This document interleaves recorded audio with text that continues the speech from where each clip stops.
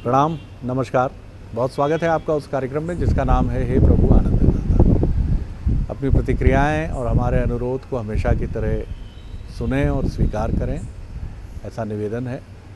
कि WhatsApp number जो आपकी स्क्रीन के निचले हिस्से पर डिस्प्ले हो रहा है 7000969440, इस पर अपने सुझाव, अपने विचार और जो भी आप सोचते हो इस कार्यक्रम को लेकर, इसके स्वरूप को लेकर, वो हमें ज़रूर भेजिए। आज इस कार्यक्रम में हम बात करने जा रहे हैं संस्कारों पर। संस्कारों की एक बड़ी लंबी परंपरा है और कहा यह भी जाता है कि जो संस्कारवान होता है वो जीवन में कई प्रतिरोधों के बवंडर का सामना बड़ी आसानी से कर लेता है। संस्कारी व्यक्ति, संस्कारी चरित्र, संस्कारवान पुरुष या महिला, लड़का या लड़की, बहुत सारी बातें हम सुनते आए। लेकिन जैसी कि एक डिबेट सनातन परंपरा में भी होती है, किसी जागृत समाज में भी होती है, और किसी ज्ञान को जब हम बहुत अच्छे तरीके से संचित नहीं कर पाते हैं तब भी बहस छिड़ती है और वो थोड़ी भयानक और विद्रूप होती है। थोड़ी क्या, खासी भयानक और विद्रूप होती है, क्योंकि उसके पीछे अज्ञानता एक कारण तो होता ही है और अज्ञानी लोगों पर, उनके मस्तिष्क पर कब्जा करके अपने स्वार्थ की सिद्धि करने वाले कुछ चतुर और कुटिल लोगों का खेल भी इसके पीछे छिपा होता है। और यही वजह है कि संस्कारों की बात तो आप और हम सब करते हैं, लेकिन कोई ये नहीं जानता ठीक से कि संस्कार हैं क्या,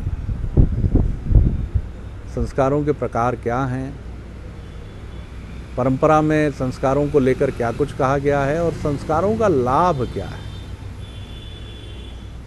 हम सब चाहते हैं कि हमें ये ना कहे कि इनमें संस्कार ही नहीं है।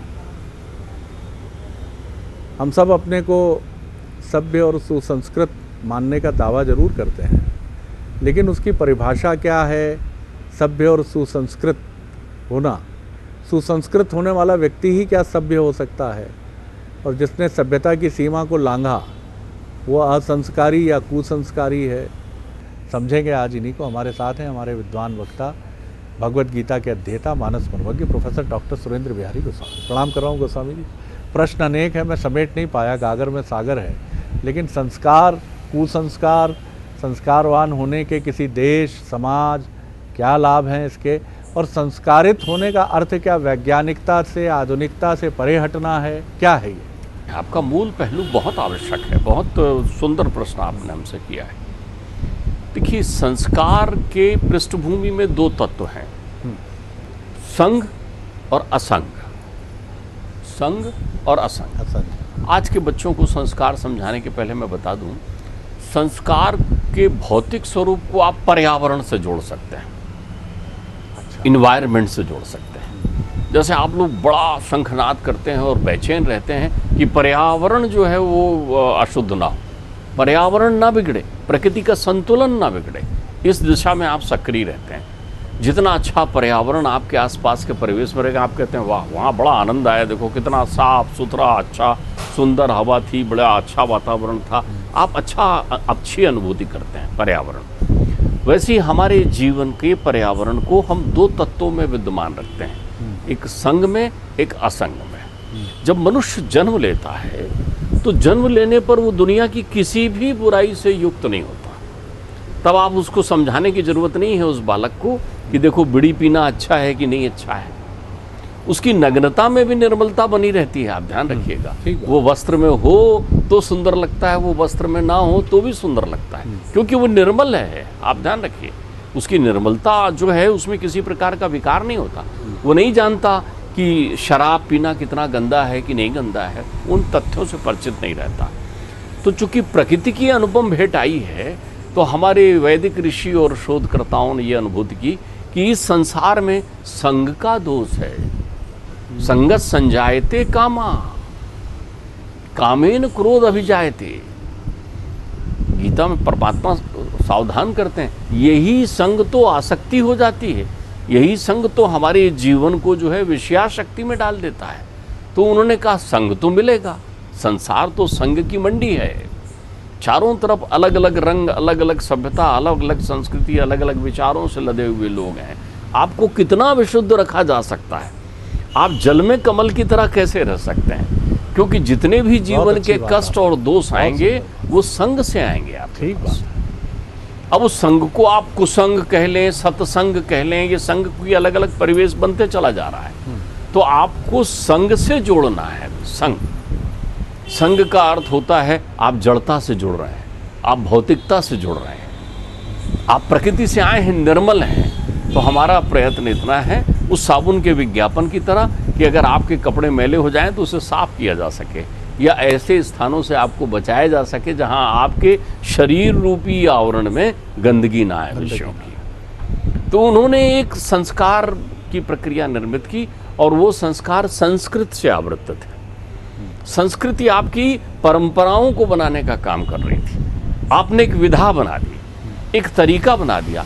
जीवन के जीने की कला का नाम है संस्कृति और संस्कार, कि आप कैसी चतुराई से और कितनी अच्छी तरीके से अपना जीवन जिएं ताकि आपके जीवन में कम से कम दुख आए। दुख कैसे आता है? संग से। संगत संजायते कामा, संगात जायते कामा।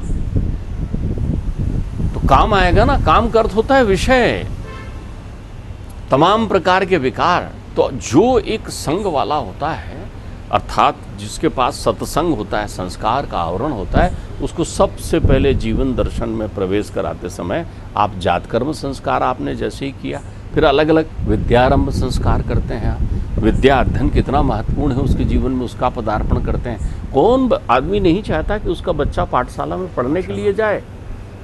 तो उन्होंने यदि विद्यारंभ संस्कार की स्थापना की है कि आप पढ़ने कैसे जाएं। आपने गोस्वामी जी बड़ी सुंदर बात कही, रोमांचित हो गया उसको सुनकर, क्योंकि मैंने ये देखा कि बहुत सारे सज्जन व्यक्ति जो सुसंस्कारित भी हैं, वो सिर्फ संगत की वजह से जीवन में अनेक कष्ट पाते हैं। किसी क्षण परिवार में ही कोई कुसंगति वाला व्यक्ति उनके संपर्क में आया और जैसे खग्रास ग्रहण की तरह उसकी काली छाया उस संस्कारित व्यक्ति पर पड़ी और उसके जीवन में भी वो कालिमा आ गई। तो ये बताइए मुझे कि संस्कार कैसे हमें ये बताते हैं कि आप सत्संग और कुसंग के अंतर को बहुत अच्छे से समझें, चाहे वो आपके अपने परिवार के भीतर से क्यों ना आ रहा। देखिए, मैं आपको बताऊं, आप संग से विरक्त नहीं हो सकते। हाँ। क्योंकि जीवन एक संग है। आपने और तो और हम सफर का नाम जीवन संगनी कर दिया है। आपने जीवन के संग में चलने वाला है। आप संग से विरक्त नहीं हो सकते। ये आपके आसपास के परिवेश में रहेंगे। काम रहेगा, क्रोध रहेगा, लोभ रहेगा, झूठे लोग रहेंगे, अच्छे लोग रहेंगे, बुरे लोग रहेंगे, लेकिन इनके मध्य समन्वयन का काम कौन करेगा? तो देखिए, संस्कार जो है आपको सबसे पहले विचार प्रदान करता है। सबसे पहले विचार अर्थात आपकी बुद्धि को इलास्टिसिटी दे देता है, जागृत दे देता है। वो कह देता है देखो वो झूठ बोलते हैं, अपने को झूठ नहीं बोलना है, क्योंकि सच बोलने से राम जी खुश होते हैं, परमात्मा प्रसन्न होते हैं, ईश्वर मिलते हैं। अब आपने ये फलाशक्ति क्या भेद कर दिया। अच्छा क्या, आप बच्चा जब बहुत कुछ अच्छा करता है तो आपके संस्कार ये हैं उस बच्चे के संदर्भ में कि जो अच्छा करके आए, गुणों की प्रशंसा उसके सामने आप करने लगते हैं। अब उसके विचार को जैसे ही आपने शुद्ध करना शुरू किया, वो आचारवान होने लगता है, उसके आचरण में इसकी झलक दिखने लगती है। तब वो गुजरता है, कुसंग में भी जाता है। एक विद्यार्थी जो अध्ययन के लिए जा रहा है, एक व्यक्ति जो समाज में बैठ रहा है, आप समाज में सबसे कैसे परिकल्पना कर सकते हैं? और ध्यान रखिए, बोलचाल में हम कहते हैं ये हमारे संस्कार हैं, ये तुम्हारे संस्कार हैं। ये द्वैत संस्कार में ही चल सकते हैं, लेकिन संस्कार के मूल में जो है संस्कृति एक होती है। संस्कृति एक है। संस्कृत कहाँ है? संस्कृत से ही सभ्यता का प्रादुर्भाव, सभ्यता से जुड़ा हुआ तत्व है। एक सभ्यता आई, उसकी संस्कृति बनी, संस्कृति ने संस्कार बनाया है। तो अब आप समझिए, आप कुसंग से कैसे बचें, ये प्रभाव कर रहे हैं। तो आप यदि आपके अंतर्चित्त में संस्कार प्रवाहित हो चुके हैं, बालपन से संस्कार की प्रक्रिया प्रवाहित हो चुकी, आप विचारवान हो गए हैं ना। आप एक छोटा उदाहरण देखिए, दो छोटे बच्चे अपना अपना टिफिन खोल करके खा रहे थे, भोजन कर रहे थे। एक बच्चा जो है सुंदर आलू की सब्जी, पराठे इत्यादि लेकर आया था। दूसरा बच्चा सुंदर अपना भोजन लाया था, आमलेट बनाकर लाया था, और ये उस बच्चे ने पूछा क्या है आमलेट? अच्छा, हम आमलेट नहीं खाते। उसने कहा हमारे यहाँ खाते हैं। खान पान, आपकी प्रत्येक प्रक्रिया उससे निर्धारित है। तो उस छोटे बच्चे को भी ये भान है कि मैं ये खाता हूँ, उस बच्चे को ये भान है कि मैं ये नहीं खाता हूँ। ये तथ्यात्मक विषय विरक्ति आपने कहाँ से दी है? बालपन के साथ संपोषित कर रहे हैं। इसलिए हमारे यहाँ लालन पालन का बड़ा अभ्यास होता है। अब ये तो बालपन की बात हो गई। अब अपन आते हैं आगे जीवन के साथ में। आगे जीवन में आपका जैसे पर्यावरण अशुद्ध होगा तो आपका जीवन अशुद्ध हो जाएगा। पर्यावरण के अशुद्ध होने पर आप ये देखिए ना, राम और कृष्ण के या हमारे अवतारों के या ऋषि मुनियों के या साधु संतों या महापुरुषों के बाल्यकाल को क्यों चित्रित किया जाता है? क्यों आपको बताया जाता है कि उनका बचपना कैसा था, वो क्या करते थे? जब वो तोतली बात करते थे तब से उनके क्रम को शुरू करके जब वो जीवन में हैं तब तक उनकी प्रक्रियाएं शुरू की जाती हैं। संस्कार की मर्यादा देखिए, भरत को सत्ता दे रहे हैं तो राम को दुखी होना चाहिए। राम को वनवास दे दिया तो कैकेयी के पुत्र भरत को सुखी होना चाहिए, ना कि अब मेरा क्षत्रप आ गया। लेकिन उनके संस्कार ऐसे नहीं हैं, दोनों विछोही हो गए हैं। राम आनंदित है कि आहा भरत राज्य संभालेगा, भरत दुखी है कि कैसे मेरे भाई साहब चले जाएंगे। ये संस्कार की बात है। आज संस्कारों ने प्रतिकूलता ले ली है तो आज हो क्या गया है, बेटी का स्वरूप बहू का हो गया है और बहू अपना बेटित्व खो चुकी है। बहू अपना बेटित्व खो चुकी, विरक्ति जागृत हो गई आपकी। चूंकि विचार शुद्ध नहीं रहे, उसमें इन्फेक्शन आ गया, संक्रमण हो गया है, तो आपके आचार गड़बड़ हो गए। अब आपके लिए वो भौतिकता प्रिय है, भले चाहे हमारे घर में धुआं निकलने से बगल वाले को खांसी सर्दी हो रही हो, हमें उससे मतलब नहीं है। हमारे घर में तो धुआं निकलेगा। मैं वस्त्र पहनूं या वस्त्र ना पहनूं, मेरी मर्जी। ये परंपराओं के विरुद्ध है, ये संस्कारों के विरुद्ध है। तो हमारे प्रत्येक आचरण, संस्कार का मूल उद्देश्य है वैचारिक उन्नति, और वैचारिक उन्नति से आप सन्मार्गी हो जाते हैं। आप सन्मार्गी हो जाते हैं तो आपके जो कर्म करने का तरीका है, उस कर्म में फलाशक्ति का अभाव हो जाता है। फिर आप स्वार्थगत प्रक्रियाओं में नहीं रहते। सबसे पहले ध्यान रख लीजिए, संस्कार और कुसंस्कार की ये परंपरा लगातार चलने वाली है, अनवरत चली आ रही है। पांडव संस्कारी हैं, कौरव संस्कारी नहीं है। राम संस्कारी हैं, रावण संस्कारी नहीं है। तो रावण तो इतना बड़ा विद्वान है, संस्कारी क्यों नहीं है? उसने उन परंपराओं का निर्वहन नहीं किया जो ऋषिपुलिस्त की परंपरा थी। उसने उस संस्कृति का अनुसरण नहीं किया, वैचारिक प्रक्रिया नहीं की जिसका वो विशेषज्ञ था। तो संस्कार हमें स्वार्थी होने से रोकते हैं।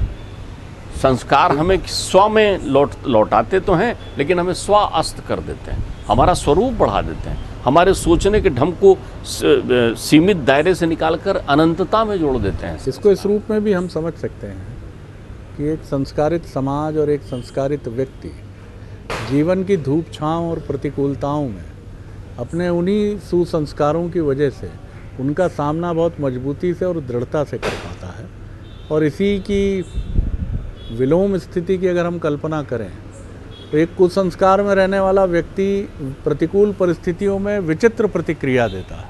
या तो दारुण दुख से कराहता है, या दूसरों को दोषारोपण करता है, या अपने वस्त्र फाड़ता है, या घर में तोड़फोड़ करता है, या विक्षिप्त सा आचरण करता है। देखिए मैं आपको बताऊं, संस्कृति मूलतः होती है। मूलतः का मतलब समझते हैं? जड़ होती है आपकी, जड़। मूल का अर्थ होता है जड़। हम किसी भी बात में बोल देते हैं मूल बात बताओ, तो हम भूल जाते हैं ये मूल कहाँ से आया। मूल का अर्थ ही होता है जड़। तो संस्कृति मूलता होती है, तो समाज वही विकसित और पल्लवित पुष्पित होता है जिसकी जड़ें मजबूत होती हैं। और जड़ उसी की मजबूत होती है जो अपनी संस्कृति को पकड़ लेता है। बहुत सारे लोग ऐसे होते हैं जो पराशक्ति और कुसंग के प्रभाव में आकर के जो है अपनी मूल संस्कृति को भूल जाते हैं। लौटिए अपनी संस्कृति में आकर पहचानिए आप। बहुत सारे ऐसे लोग होते हैं जो बकवाद की प्रक्रियाओं को धारण कर लेते हैं अपनी धारणा को शुद्ध करने के लिए। उनकी धारणा नहीं होती, वो धारणा होती है। आपको आज सुख मिल रहा है, ध्यान रखिए, उन लोगों को जाकर देख कर आ जाइए जो बड़ी बड़ी पाश्चात्यगत स्वतंत्र, देखिए स्वतंत्रता संस्कृति का भूषण है, स्वतंत्रता संस्कृति का भूषण है। आप स्वतंत्र हैं, वो तो हमारे कर्मठ नेता यशस्वी नेता कहे गए हैं। स्वतंत्रता हमारा जन्म सिद्ध अधिकार है, लोकमान्य तिलक ने कहा है। लोकमान्य तिलक कहते हैं जन्म सिद्ध अधिकार है, मनुष्य आया है तो स्वतंत्र रहेगा, स्वच्छंदता अधिकार नहीं है। हाँ, ठीक बात। और स्वतंत्रता को अधिकार कहने का अर्थ होता है स्वतंत्रता को बनाए रखना हमारा कर्तव्य भी है और दायित्व भी है। दायित्व। आप किस पगडंडी का निर्माण कर रहे हैं, आपका अनुसरण करेंगे लोग बाग। आप आधार विहीन रास्ते पर, आप रेत पर कदमों के निशान बनाना चाहते हैं। अनंत कोटि युग बीत गए, भारतीय सनातन संस्कृति को कोई डिगा नहीं पाया है, तो कुछ तो होगा इसकी मूलता में। ठीक बात। लोग अनुसरण करने के चले आ रहे हैं आपकी संस्कृति को, क्योंकि आपके पास ऐसा समाज है जिसकी संस्कृति में की जड़ें मजबूत हैं। और जड़ें क्यों मजबूत हैं? हम प्रकृति प्रदत्त प्रक्रियाओं को आनंद में मानते हैं, और प्रकृति का अर्थ होता है मूल रूप से संग के साथ समन्वयन। अति दर्पे हता लंका, अति माने च कौरवा, अति दाने बलिर्वृद्ध, अति सर्वत्र वर्जेत। ये नीति सूक्त है, अति की प्रक्रिया नहीं होना। संस्कृति आपको अति में नहीं जोड़ती। ध्यान रखिएगा, एक संतरा बेचने वाला अपने स्वर में चिल्लाता चला जा रहा था। हम रेल में बैठे हुए हैं पिताजी के साथ, वो चिल्लाते चला जा रहा था, अच्छे संतरे, अच्छे संतरे। पिताजी ने कहा ध्यान से सुनो वो क्या कह रहा है। देखिए, आप जो है अपने बच्चों को, अपने परिवेश को खेल खेल में विनोद भाव से भी संस्कृति, संस्कार और परंपराओं से जोड़ सकते हैं। मैंने कहा पिताजी वो संतरे बेच रहा है, नहीं सुनो ध्यान से। तो स्वर जो निकल रहा था वो निकल रहा था अच्छे संग तरे, अच्छे संग तरे। तो आपको संग अच्छा लेना है, जैसे ही अच्छा संग लिया सत्संग कहला गया। लेकिन ये आपकी बौद्धिक समझ की संकुचन की पराकाष्ठा है कि आप सत्संग का अर्थ केवल अध्यात्म और धर्म से समझते हैं। आप अपने ज्ञान को इतना तीव्रतम समझते हैं। एक किसी का मैं सुन रहा था, वो बड़े दावे के साथ में दूसरे किसी दर्शन पर प्रतिवाद कर रही थी, महिला थी, भद्र महिला। पता नहीं लोग ऐसा क्यों करते हैं, पता नहीं लोग उपास क्यों करते हैं। भाई कोई आपसे पूछने आ रहा है कि आप उपास क्यों नहीं करते हैं? आप अपना आत्मचिंतन करिए कि मुझे उपास करना है या मुझे उपास क्यों नहीं करना है। तो जो लोग आत्मचिंतन विहीन हो जाते हैं वो असंस्कारी हो जाते हैं। संस्कार आपको आत्मचिंतन करने की प्रेरणा देता है। स्वयं तो सोचिए आंख बंद करके कि आप हमेशा ऐसे रहेंगे, कि आपको ऐसे, अगर रास्ते से आप निकल रहे हैं और आपको बहुत से लोग नहीं देख रहे हैं तो मुंह में कालिक पोत लेंगे। क्यों पोत लेंगे कालिक? ताकि लोग देखने लगे। तो अगर आप लोगों को, ये आसक्ति है आपकी, ये कुसंग की पराकाष्ठा है आपके पास। तो अति दर्पे हता लंका, लंका में दर्प बहुत हो गया था, सौंदर्य, सोने की कौन सी गति को प्राप्त हुई, कहाँ गया सोना? और वर्तमान लंका को तो आप देख रहे हैं, तो आप समझ ही रहे होंगे कि कौन सी गति को प्राप्त हुई। जब तक लंका में विभीषण रहे, लंका सोने की रही। लेकिन जिस पल विभीषण ने लंका से पलायन कर दिया, लंका का सर्वनाश हो गया। अर्थात जब तक, विभीषण का अर्थ ही है संस्कृति और संस्कारवान। जब तक विदुर यहाँ रहे, हस्तिनापुर में रहे, तब तक हस्तिनापुर की शोभा बनी रही, क्योंकि वहाँ पर एक विदुर नीति का विशेषज्ञ, एक ब्रह्म को जानने वाला, एक टोकने और कहने वाला विद्वान था। आपके घर में भी बुजुर्ग जो बैठे हुए बोलते रहते हैं ना, जिनको आप अनसुना करके निकल जाते हो, सावधान, सुनो उनको। आप कहोगे वो उनने क्या किया है छोड़िए, सुनिए वो क्या कह रहे हैं। और आपके बुजुर्ग यदि आपके परिवार में नहीं हैं, ये सौभाग्य आपके साथ नहीं है, तो आप उन बुजुर्गों की तलाश करिए जो आपके जीवन में यदि समस्याएं हैं तो आप समझ लीजिए आपके आचार विचारों के कारण है। जो कुछ भी समस्या आपके जीवन में उत्पन्न हुई है, तो आचार और विचार आपके संस्कार से आते हैं। संस्कार संस्कृति पर निर्भर होती है, संस्कृति सनातन है, और सनातन से वैदिक प्रक्रियाएं निकलकर आपके जीवन को सुगम बनाती हैं। बहुत सुंदर मंत्र और समाधान हमें मिला है इस चर्चा में। एक बहुत साधारण सा प्रयास तो हम सभी का यही होता है, किसी भी बात को खारिज करने का, कि उसको आधुनिकता के पैमाने पर लपेट कर कह दिया जाए ये संभव नहीं, ये हो नहीं सकता। मैं तो आजकल 16-16 घंटे काम कर रहा हूँ, मेरे बस का नहीं है फास्टिंग करना, मुझे 6 बार खाना पड़ता है। लेकिन ये अब इसमें दूसरा पक्ष जो है, जो इसका समर्थक है, वो नाना प्रकार की दलीलें देने में जुट जाता है। उपवास एक वैज्ञानिक प्रणाली है और बात मर्म को समझने समझाने से अधिक एक फूहड़ बहस में बदल जाती है। कौन जिम्मेदार है इसको छोड़िए। सत्य के साथ खड़े होने वाले व्यक्ति को सर्वाधिक विनम्र होना चाहिए,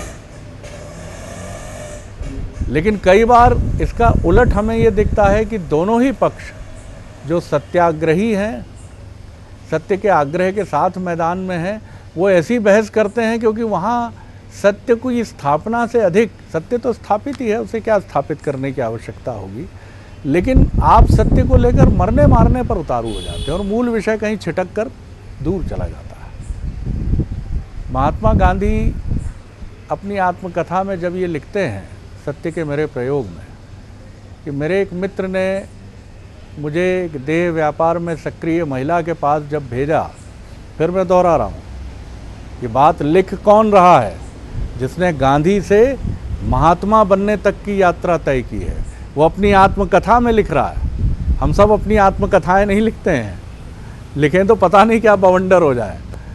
वो लिखते हैं कि मेरे एक मित्र ने सारी व्यवस्था की और मैं भी उस लोभ से संचालित होकर वहाँ पहुँच गया जहाँ वो स्त्री एक कमरे में मेरा इंतज़ार कर रही थी और उसकी सारी प्रक्रियाएं पहले मेरा मित्र संपादित कर चुका था।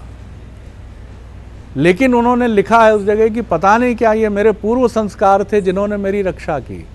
अंदर जाकर मैं ऐसा व्यक्ति हो गया जिसको प्रकाश दिख ही नहीं रहा था। मैं शर्माता हुआ, सकुचाता हुआ उस स्त्री के पास पलंग पर बैठ गया और उसी काठ के पुतले की तरह बैठा रहा। आखिरकार उस स्त्री ने मुझे कोसते हुए, बड़बड़ाते हुए कमरे से बाहर धकेल दिया।